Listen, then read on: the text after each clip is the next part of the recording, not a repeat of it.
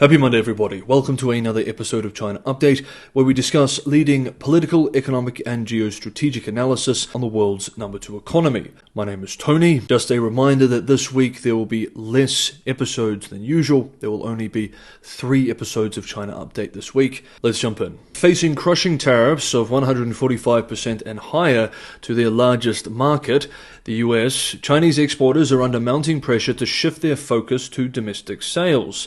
Indeed, the government has been promoting this shift for the last few weeks, but for many the transition appears unviable.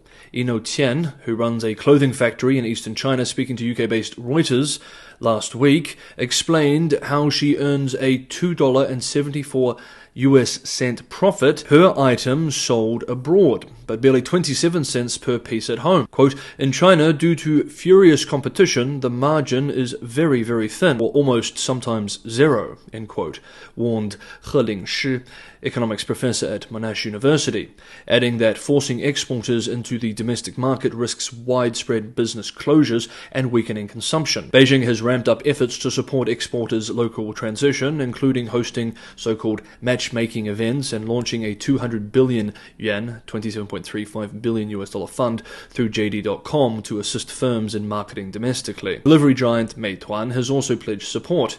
Yet these are basically just drops in the bucket, and many factory owners say they need tangible tax relief and subsidies to survive. Quote, in the worst case scenario, we may have to shut down the factory, end quote, said Ms. Tian after losing 30% of her sales to US tariffs. Regular viewers will immediately see 2 interrelated key issues. 1, Chinese consumption is chronically weak and has been for years, and 2, local fiscal conditions are so poor that a tax reduction or subsidies comes with its own problems. Other exporters cite challenges like small batch retail demand and high return rates in China compared to bulk overseas orders. China's vast domestic market theoretically offers hope.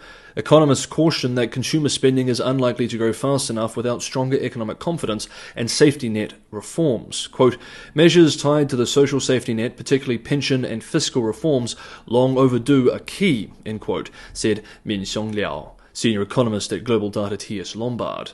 Peking University professor of finance Michael Pettis observed over the weekend, quote, media note that Chinese exporters are reluctant to heed government calls to sell locally, citing much thinner margins and greater risk of non-payment. In fact, they are much more than reluctant. Domestic demand is far too weak to absorb domestic production, so that the idea that exporters can decide to shift sales from exports to domestic consumption is just a fantasy. The only way to reduce net exports without closing down factories is to boost domestic consumption, and this can only be done quickly with higher consumer lending or higher fiscal deficits. Exhortations to sell more domestically miss the point altogether. End quote. Next up, Chinese state-backed funds are halting new investments in US private equity, marking a significant shift in cross-border financial flows as tensions escalate between Beijing and Washington. According to private equity executives familiar with the matter, speaking to UK-based Financial Times, the move comes in direct response to recent pressure from the Chinese government amid US President Donald Trump's trade actions. In recent weeks, China's sovereign wealth funds, including China Investment Corporation, CIC, have pulled back from committing new capital to US-headquartered private capital firms. Some Chinese investors are also seeking to avoid exposure to US companies altogether, even when such investments are made via non-American buyout groups. The strategic retreat follows the imposition of sweeping US tariffs, up to 45% on Chinese exports, prompting retaliatory measures from Beijing at 125%. Though, as we discussed in the previous China Update video, it seems that Beijing has been quietly removing some of these tariffs.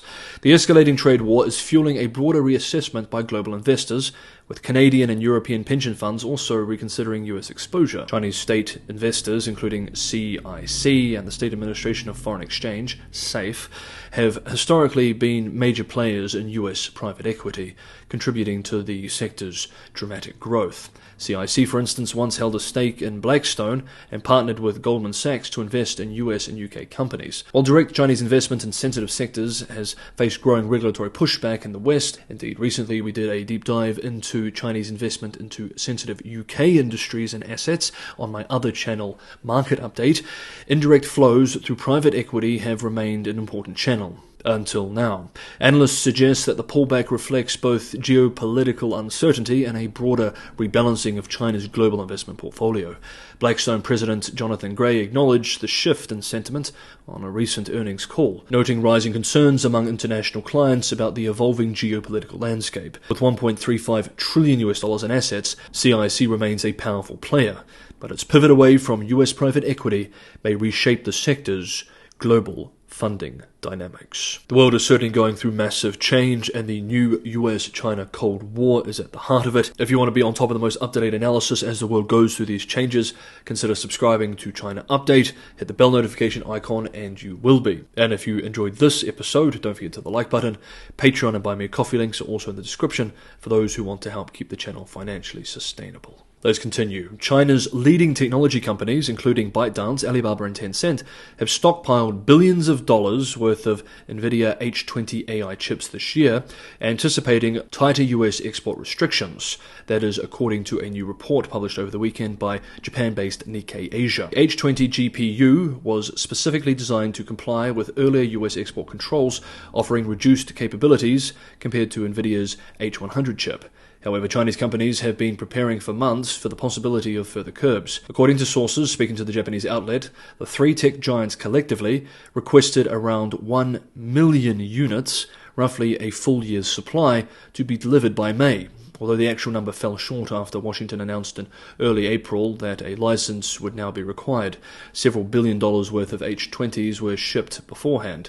ByteDance was particularly aggressive in securing chips, driven by skyrocketing AI computing demands, especially after Tencent began integrating the DeepSeek AI model into its WeChat platform in February. One executive told Nikkei Asia, quote, "Every major Chinese technology company had been stockpiling H20 in advance.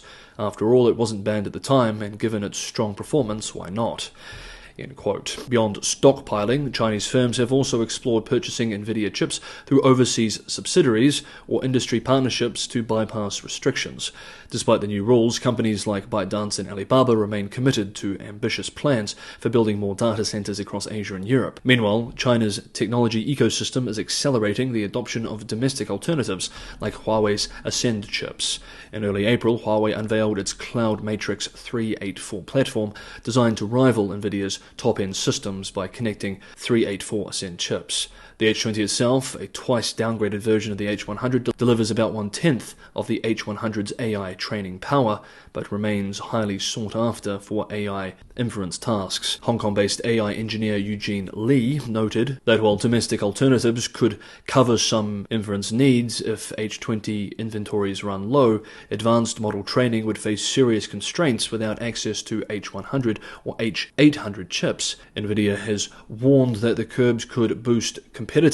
The company expects a $5.5 billion quarterly review hit from the new restrictions. Following the announcement, NVIDIA CEO Jensen Huang traveled to Beijing, promising to make, quote, every effort, end quote, to continue serving Chinese clients.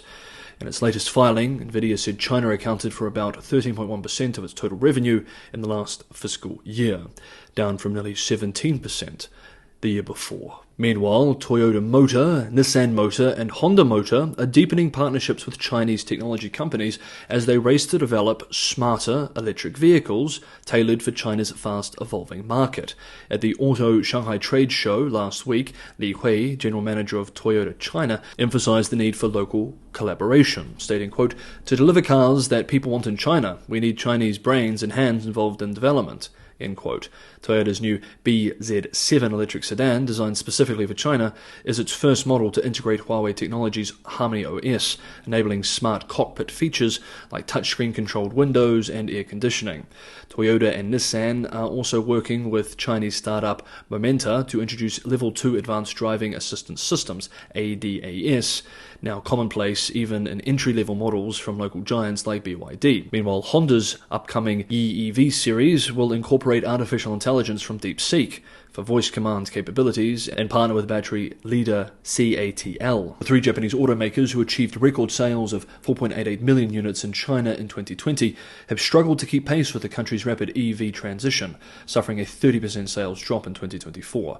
Facing a new era of car culture defined by self-driving and smart cockpit technologies, they recognize the urgent need to adapt.